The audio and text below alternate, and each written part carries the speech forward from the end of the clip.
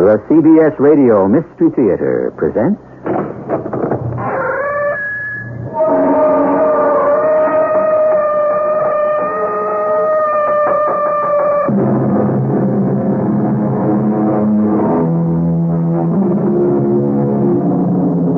Come in. Welcome. I'm E.G. Marshall.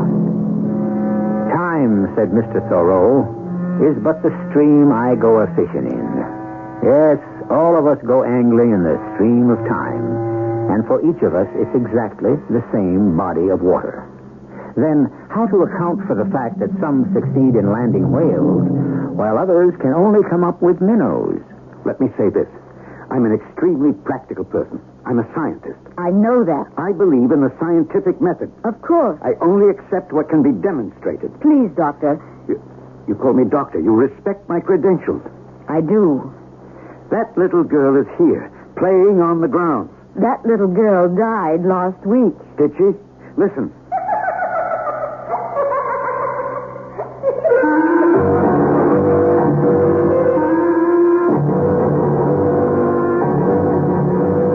Our mystery drama, Childish Laughter, was written especially for the Mystery Theater by Sam Dan and stars Alexander Scourby and Laurie March. It is sponsored in part by Buick Motor Division. I'll be back shortly with Act One.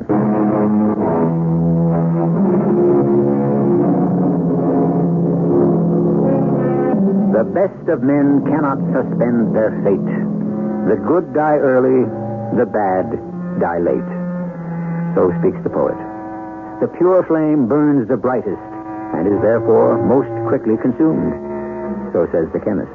Thus, we have one of those happy, if infrequent, agreements between art and science. It is twilight.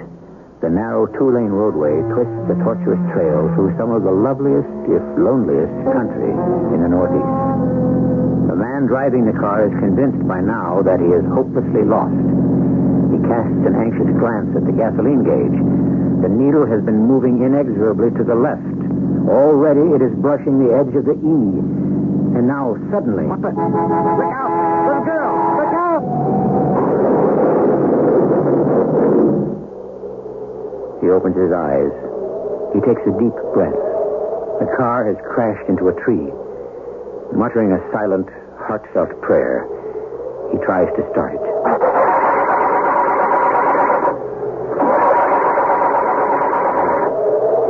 That's that. Wait. The child. The little girl. That little girl. What happened to that little girl?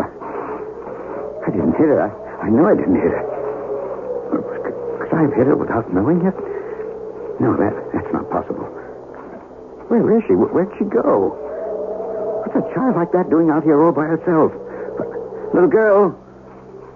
Little girl. I want to help you. Where are you? Little girl. Little girl. What's that? What was that?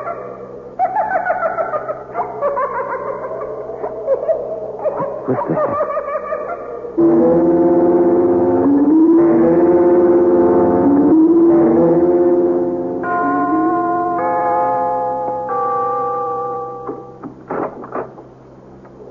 Yes? May I use your telephone? I'm afraid not. Look, I know it's wise to be careful if strangers want to enter your home. I suppose I could be a thief. But I assure you my plight is genuine. Look, I don't have to come in if that's what's bothering you. You could telephone for me. The nearest garage and the police. That would be impossible. I have no telephone. Oh, this seems to be the first house I've seen for miles. Would there be another nearby, up ahead? No. Well, how far is it to any sort of town? Quite a distance. Look, it's not just my car. I think there's a little lost child out there. A lost child? Yes, that's why I had the accident. She ran across the road, suddenly. She appeared from out of nowhere. You saw a child? I'm sure I saw a child. But there are no children anywhere in the vicinity. But still, I know As the sun goes down, it casts a fascinating play of light and shadow through the trees. And one sees many things that may not be there. Well, Yes, but... Look, but afterward I heard the little girl. You heard a little girl? Yes, her laughter. A little girl's laughter? Well, it sounded like a little girl laughing. Or it may have been the chirping of a bird. The wind in the trees. Sometimes an animal sound. Yeah, I suppose you could be right. Were you thinking perhaps of a little girl as you were driving along? Now, why would I be thinking? No, not at all. The mind, it plays such games with us sometimes. Yeah, I'm sure it does. Look, I guess I better find a phone somewhere. The darkness has already come. Yes, I can see. Yes. I wonder, might I prevail on you to spend the night here? Well, yes, thank you. And at first light, Mr. Crenshaw will arrange for repairs to your car. Mr. Crenshaw? My general factotum. Look, I'm probably imposing, but I really would be quite up against it if it weren't for your very kind offer. Then it's settled. Won't you come in, Mr. Montrose. Hugh Montrose, Jr. How do you do, Mr. Montrose? I am Thyra Bordenave. Thank you, Miss Bordenave. Mrs. Bordenave. Oh. It's really beautiful country hereabouts, you know? Yes. It is somewhat desolate. It's private. Of course. I'm sure you and Mr. Bordenave must enjoy the privacy. Mr. Bordenave is dead. Oh, I'm sorry. It's quite all right. Mr. Montrose, why does your face seem so familiar? You know, this is a most impressive place you have here. Imagine a massive Victorian mansion in such a remote area. Ah, here is Crenshaw. Where is your car? Oh, perhaps 100 yards or so down the road. Crenshaw, this is Mr. Montrose. Yes, ma'am. Show Mr. Montrose to the Aurora bedroom, and then have his things brought from his automobile. Dinner is at 7:30. You should have ample time for a bath and a nap. This way, sir. This thing, it was happening to me. This thing that I'd seen in 15 movies and read in 100 books. The stranger who seeks shelter for the night. The mysterious, brooding mansion. The beautiful lady. The menacing manservant. Why did she seem to have such a queer look when I mentioned the little girl? Now, this movie thing, this book thing, this fiction thing, it was happening to me. Or was it? Come in. I have your things, Mr. Montrose. Oh, thank you, Mr. Crenshaw. I shall lay them out for you. Yes, thank you again. Did you look at the car? I have arranged to have it towed to Morphy's garage in the morning, sir. That's good. Oh, you don't have to unpack everything, Mr. Crenshaw. I'm only staying the night. You never know, sir. Listen. Sir? Did you hear that? Hear what? That. I'm afraid not, sir. But it was just as plain as... What was? It was a child. A child? Yes, a child laughing. Well, that's impossible. No, but I distinctly heard... There are no children here. There's a little child standing right outside the store. And I'll prove it. Where did she go? Where did who go? There was a child. I heard her laugh. Her? A little girl. It was the same little girl. Sir? Look, just a little while ago, on the road. She suddenly darted across. I had to go off to the side or else hit her. Well, you saw the car. Yes, I saw the car. And then I heard the little girl. She was laughing. You know, the way a child laughs. There are no children in the house. But, Mr. Crenshaw, will you help me? If I can. Look, obviously I'm having a problem. Yes, sir. Look, I see... That is, I catch a glimpse of a little girl on the road. I hear her laugh. You follow this? Yes, sir. I cannot imagine what she would be doing out there all by herself. So I'm willing to believe that somehow it's in my imagination. Yes, sir. No. Let's not just pass it off like that.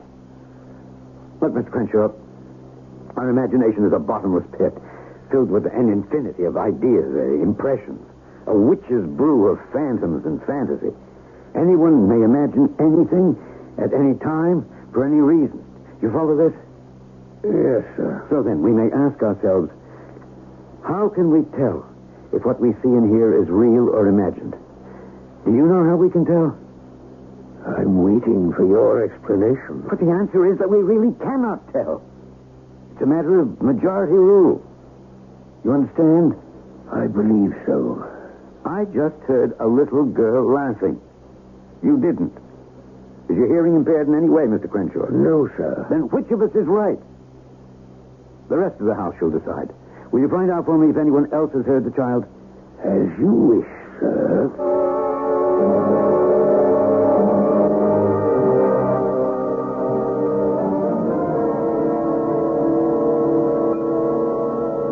You're not eating, Mr. Montrose. I don't seem to be very hungry. Please, you must show the cook an empty plate. She so rarely has a chance to prepare a meal for company. And tonight, I must say she outdid herself. Try the fish. It's fresh from our own trout stream. Mrs. Bordenave, You seem to be troubled. frankly, yes.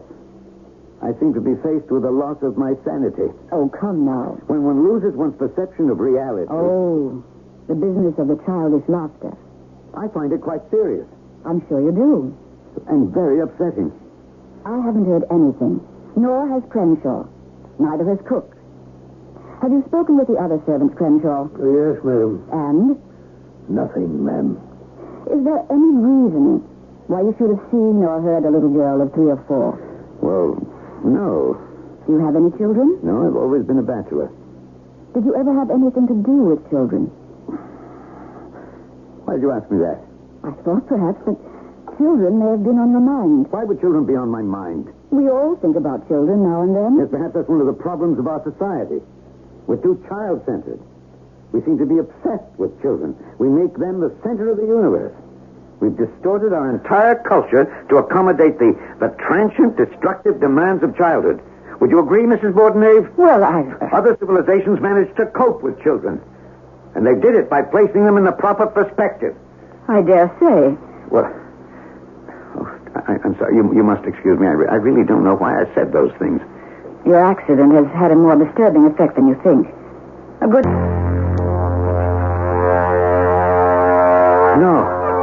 No, I'm not dreaming. I hear it. It's coming from just outside my bedroom window. There she is. Little girl, what are you doing down there? What are you doing down there in the middle of the night? What, don't you belong to anyone? What are you doing all by yourself? Look, I see you. No, you're not a dream. You're a tiny, rose-cheeked little girl. You have long blonde hair. You're wearing a red pinafore. You have a doll in your arms. A doll dressed in a blue sailor suit. Wait for me. Wait. I'm coming downstairs. Wait for me, little girl. Will she wait? Who is this elusive little girl? For that matter, who are all these people? Who is Mrs. Thyra Bordenave, Mr. Crenshaw, and who is Mr. Hugh Montrose? Getting back to our question, will she wait? For the answer, you will have to wait until I return with Act 2 shortly. Children, they say, should be seen and not heard. However, we do seem to have a situation here concerning a child that is often heard but rarely seen, except at certain unexpected moments. A most disturbing and elusive little lady, to be sure. Now, don't go away, little girl. Don't go away. I'm coming downstairs. Mr. Crenshaw, Mrs. Bordenave, that little girl, she's here. She's downstairs. See for yourselves. Well, Mr. Montrose. I tell you, she was here less than a minute ago. Yes? Right here, right underneath my window. She even smiled up at me. But where is she? Well, she couldn't have gone far, Mrs. Bordenave. A little girl like that, out all by herself. How did she get here? What's she doing? Whom does she belong to? Mr. Crenshaw. I've been all over the ground, ma'am. Didn't you see anything? Nothing. And no one, sir. But, Mrs. Bordenave, I know what you're thinking. It's my imagination. I was dreaming, no? Well, Mr. Montrose. Let me say this. I'm an extremely practical person. I'm a scientist. Actually, I'm a chemist. I've been indoctrinated in the scientific method. Proof, facts, evidence. I saw that little girl. Mr. Montrose, you'll feel better in the morning. You don't believe me? I didn't say that. Oh, you're trying to humor me, aren't you? I'm not. Then help me find that child. Mr. Crenshaw has already searched the grounds, We should search them again. if you like. I only know that I saw that little girl, and she has to be around here somewhere. But she wasn't. I looked everywhere. There wasn't a single sign of her. How could she simply disappear? How? And she'd already done it twice. All right, I could take the easy way out. I could say it all in the imagination. I could say I'm under a strain. But it's not true. I saw the child. Good morning, Mr. Montrose. Good morning, Mrs. Bordenave. You slept well, I trust. Yes, Please, help yourself to breakfast. thank you. Mr. Montrose, do you realize that this is the first time I've seen you in daylight? And you know, you still look familiar. I'm sure we hadn't met. I certainly would have remembered someone as gracious and charming as you. That's very kind of you, Mr. Montrose. Why does an attractive woman such as you shut herself away in this isolated spot, cut off completely from the world? When my husband died, I felt that the light had gone out of my life forever. You know, when the first primitive man saw his first sunset, he too thought the light had left the world forever. But while we live, there's always hope for a sunrise. Yes, perhaps. Who knows? But I wonder why you should look so familiar. I haven't the faintest idea. Perhaps I should ask Mr. Crenshaw. Mr. Crenshaw? He has one of those retentive, I suppose you might even say photographic memories. Oh? You're not some movie star hiding out from a voracious public, are you? What makes you think I'm a movie star? You're handsome enough. Thank you. But I happen to be a chemist. Of course. So you said last night. Crenshaw, we must arrange to have Mr. Montrose's car taken care of. Yes, ma'am. And since we have no telephone, I suppose you'll have to drive to town to tell Mr. Morphy to send a tow truck. At once, ma'am. Oh, I wouldn't like to put you all to that trouble. It's no trouble. I could drive to town myself and not upset the routine of your household, Mrs. Bordenave. Very well, if you like. Crenshaw, give Mr. Montrose the keys to the blue car. Yes, ma'am. Crenshaw, why do you suppose Mr. Montrose should look so familiar? His picture was in the paper, ma'am. Oh, was it? Have we a celebrity here? What did it say? I don't know, ma'am. I didn't read the article. I merely glanced at the picture. Well, now, Mr. Montrose, why would your picture be in the paper? No, I'm sure it's a mistake. Look, I'd better be getting on to town. Mr. Montrose, Yes. I should like to accompany you. Oh? Yes, I don't get out very much. It would be an excursion. Do you mind? Mind? Besides, it might be more effective if I were there. Effective? Yes. You see, Mr. Morphy is a highly independent sort. That's a local euphemism for surly. He might put you off. I, on the other hand, can exercise a certain amount of leverage. Once again, I must add to the long list of your kindnesses toward me, Mrs. Bordenave.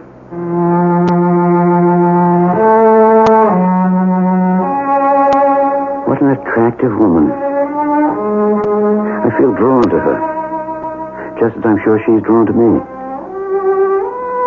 Why couldn't I have met her 20 years ago? 10 years ago? What would have been the good? She would have been married to another man with whom she was deeply in love. Oh, but if we'd only known each other, she would have saved me. She wouldn't have allowed me to... No.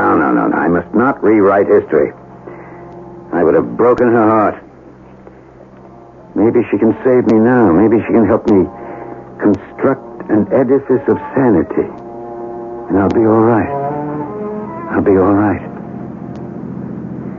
Life up here does have its compensations. Yes, I would agree now. Now? Yes. At one time, other things seemed so much more important. What other things? I suppose you could place it all under a single heading. And what would that be? Getting on in the world. Was that an important thing to you? It was the only thing. And when did you decide it no longer mattered? Forgive me. It seems I'm prying. No, Mr. Montrose, you seem so troubled. Well, it's early in the day. I never was much of a morning person. Mr. Montrose, Hugh? Yes? After Edward Bordenave died, I never thought I'd meet another man who, well, could have even been an interesting person. You must have loved him very much. Too much. That isn't good either. Listen to me. We hardly know each other, and here I'm ready to pour out the story of my life.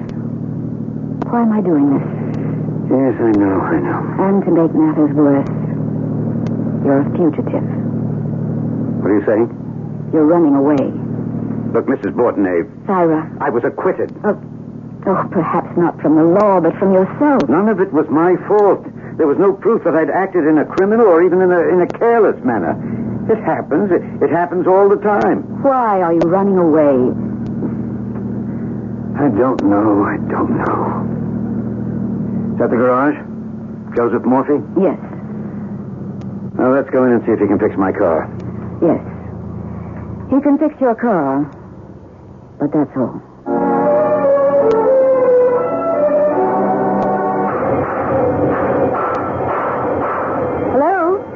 Hello, is anybody here?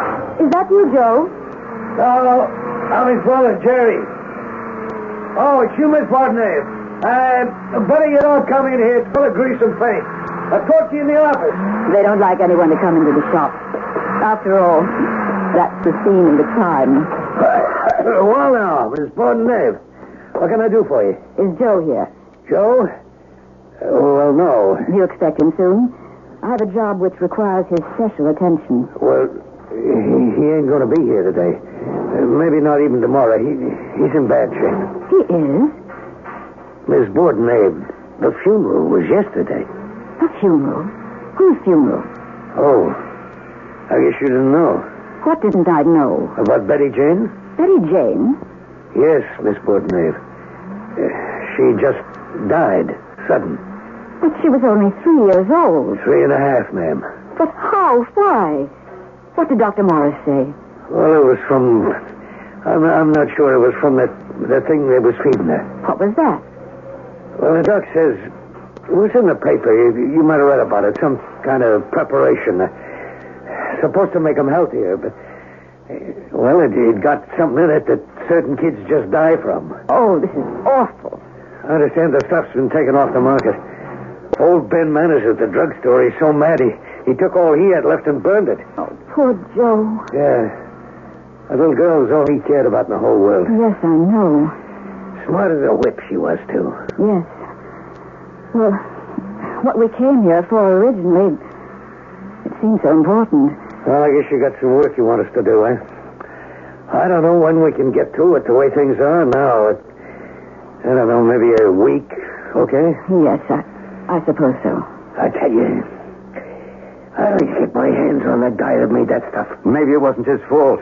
Yeah? No, you have to understand. It was developed in the laboratory. So? Some research chemist was, he was trying to do good. Yeah? There's always a risk, you know. Yeah, well, tell that to Joe and Ed the Morphy. I was reading in the paper, at least 100 other kids are dead.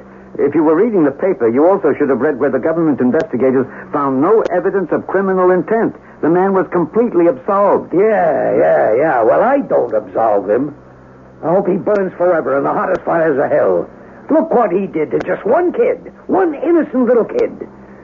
Yeah. Let me show you this little kid. Here, look at this picture. Look at it. Look, I'm only trying to explain. Look at her. She was only 3 years old. I took this picture on her birthday. See? That long blonde hair, those big blue eyes. Her mother made her that little red pinafore. And Joe bought her the doll. The doll in the blue sailor suit. The little girl. That's the little girl. Here, give me that. Hey, what are you... This is the little girl I saw on the road. Just last night. What's he saying, Miss Borden? And later she was underneath the window. Who is this guy? You must calm yourself. Calm yourself. What's the matter with him? You're telling me I killed her. Is that what you're telling me? I ain't telling you anything. But it's true. It's true. I did kill her. He did. He says so. And therefore, he must be that man who created, invented, however it came about, that certain medicine or preparation. What a remarkably complex society we have. We have all sorts of killers and all sorts of ways to kill people. And so much of it is done unintentionally, impersonally, unconsciously. I shall return shortly with Act 3. This is WBBM Chicago.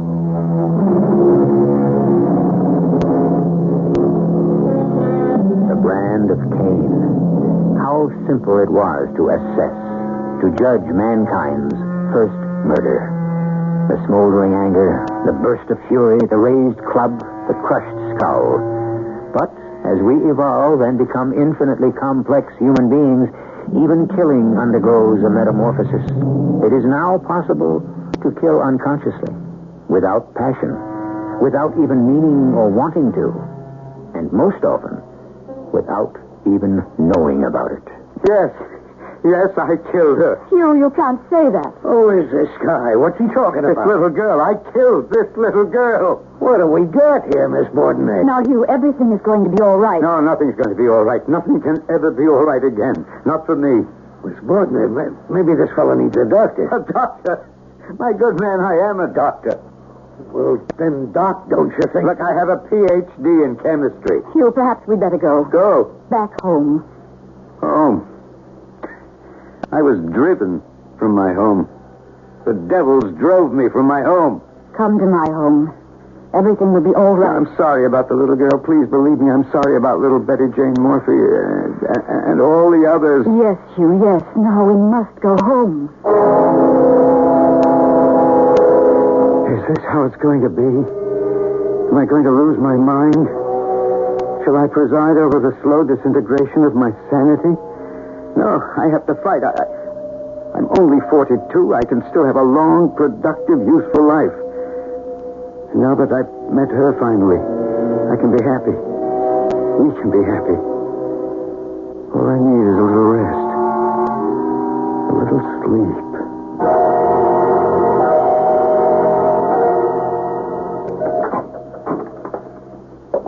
Mrs. Bordenay? Yes, Crenshaw? I have here a copy of a newspaper. Thank you. Chemist found blameless in infant deaths.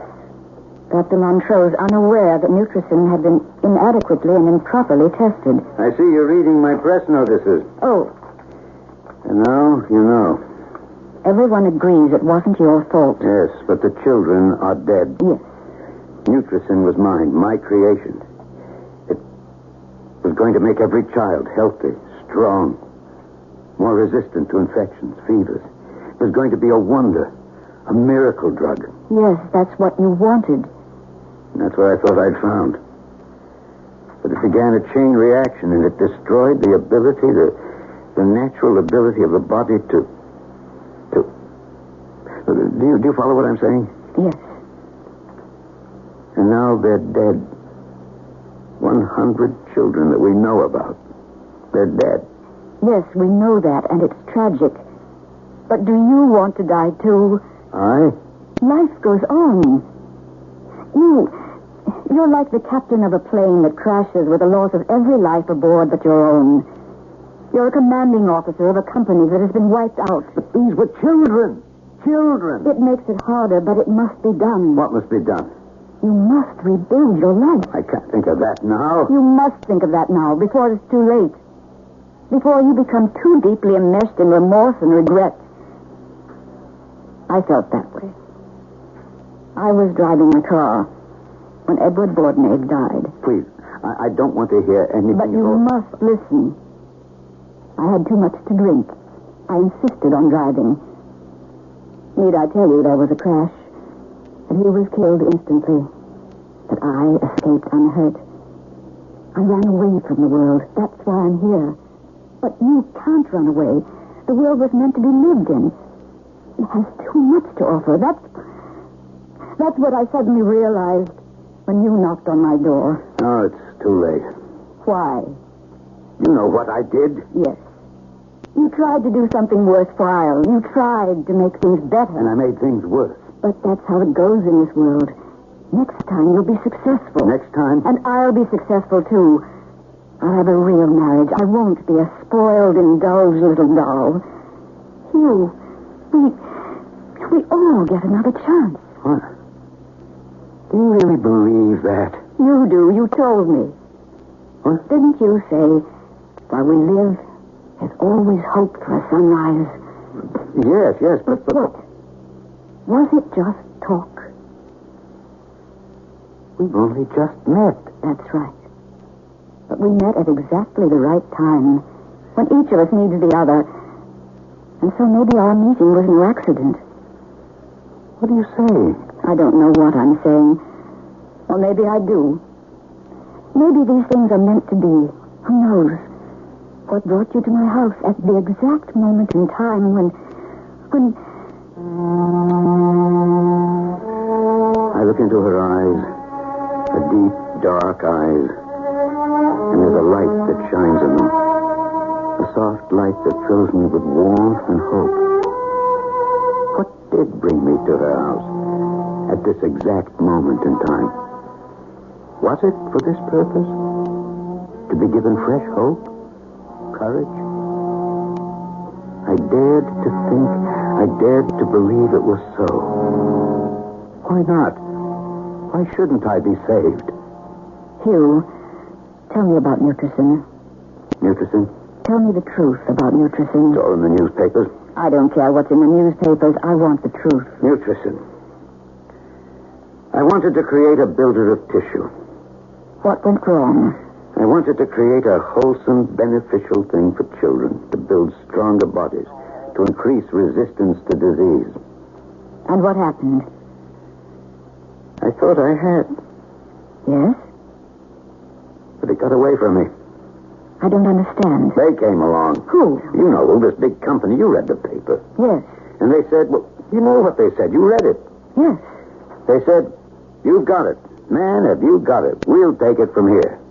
Now it requires the kind of research and development that we're equipped to do. And so you gave it to them. You gave them Nutricin. Yes. Why? Because this is how it's done. You come up with the idea, you come up with the basic formula, the product in its primitive state, and then an outfit with the equipment, the facilities, the money, the manpower comes and takes it over. And they took it. Well, how was I to know that they'd rush it to the market without... But you acted in good faith. Yes, Then what will drive away the devils? but no one believes me. Everyone believes you. The charges against you were dropped, weren't they? They believe me legally. Well, they believe me technically. But they don't really believe me. I believe you. Sarah. See, all you need is one person to believe you. Eventually, everyone falls into line. Why didn't I meet you when I was younger? We have so much time to make up for. Let's not waste a single minute. I want to sell this house. And go where? New York. New York? Or Boston, or Chicago, or San Francisco. But... Where the work is, where the fun is. You'll open another laboratory. Do you know what you're saying? Of course. Who would ever trust me? I trust you. What company would ever want anything to do with me? It's going to be difficult. You don't know what you're talking about. Are you afraid? Afraid to fight back? It can take such a long time. But you haven't answered the question. Are you afraid to fight your way back? No. I'm not afraid of anyone or anything. Oh, darling. Darling. What was that? Sounded like a shot. A shot? Who would fire a shot? I'm sorry, Miss Bogner. Jerry Morphy, what's the meaning of... Your fellow Crenshaw wouldn't let me come in. What did you do to Crenshaw? Nothing. I had to put a bullet through the window to convince him I meant business. How dare you force your way in here? I don't have no quarrel with Crenshaw. It's him standing there. He's the one I want. Do you realize Crenshaw is calling the sheriff? I know. I know something else, too. I know it has to take the sheriff at least 20 minutes to get out here. I don't need 20 minutes for what I have to do. What are you saying? Put that gun away. What am I saying? Ask him. He knows what I'm saying. Tell her what I'm saying, Dr. Montrose. You know who I am? You as good as told me back in the shop.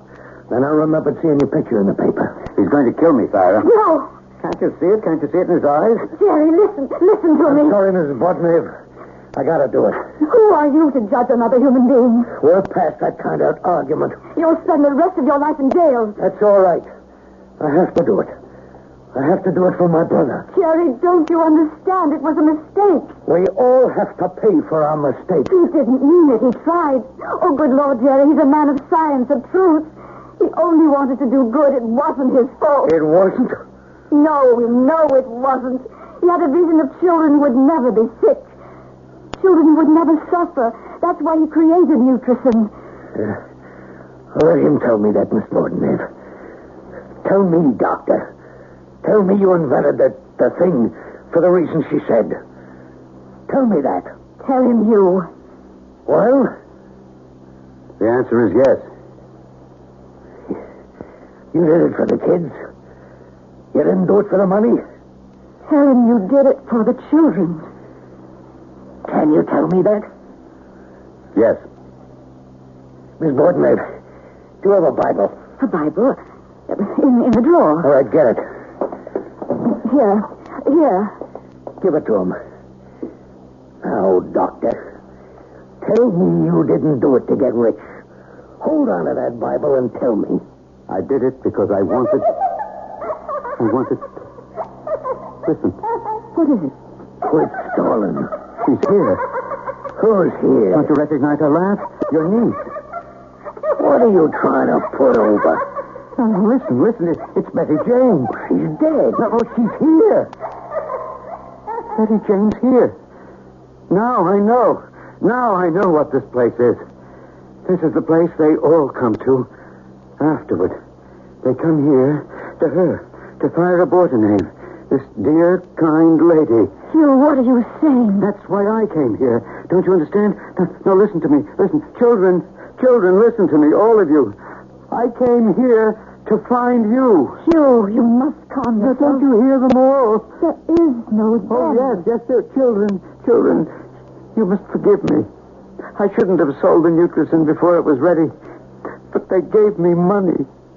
Children, do you know how much money? Then why not? I was only doing it for the money.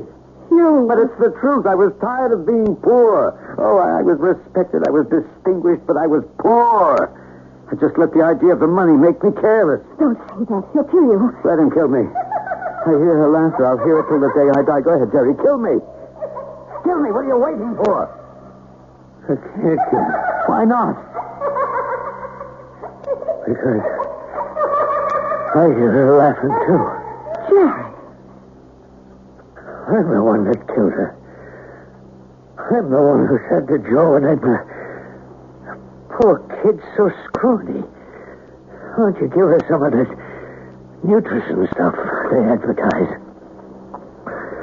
I'm the one who talked him into it. I wanted Joe to kill me, too. But he won't. Please, Jerry. I won't kill you, neither. You and me. We're gonna hear this little girl till the day we die. See how the children wait, says the poet. And it's true. They wait. They wait for what children have always waited for since the very beginning of time. They wait their turn. They wait for the day when they shall no longer be children. And how do they know when that day arrives? It comes when the lilt of childish laughter has left the voice forever. I'm leaving you, but only for a short while.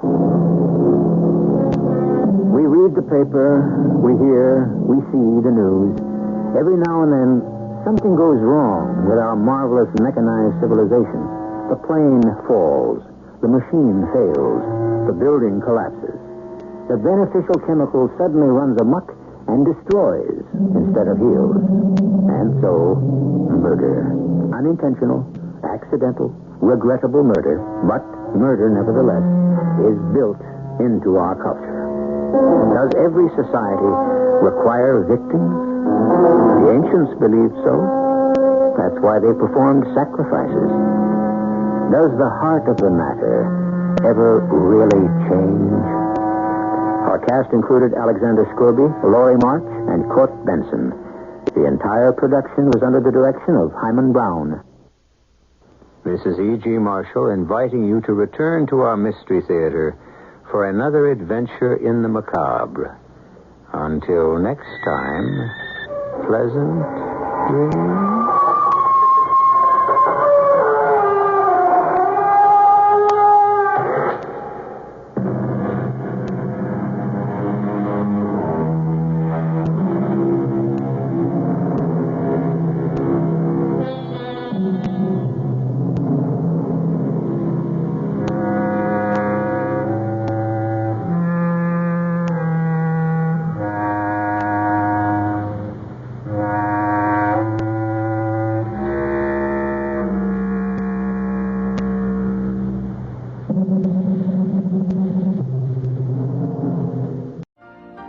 You've been listening to the OTR Gold Network. Find more classic radio at otrgold.com.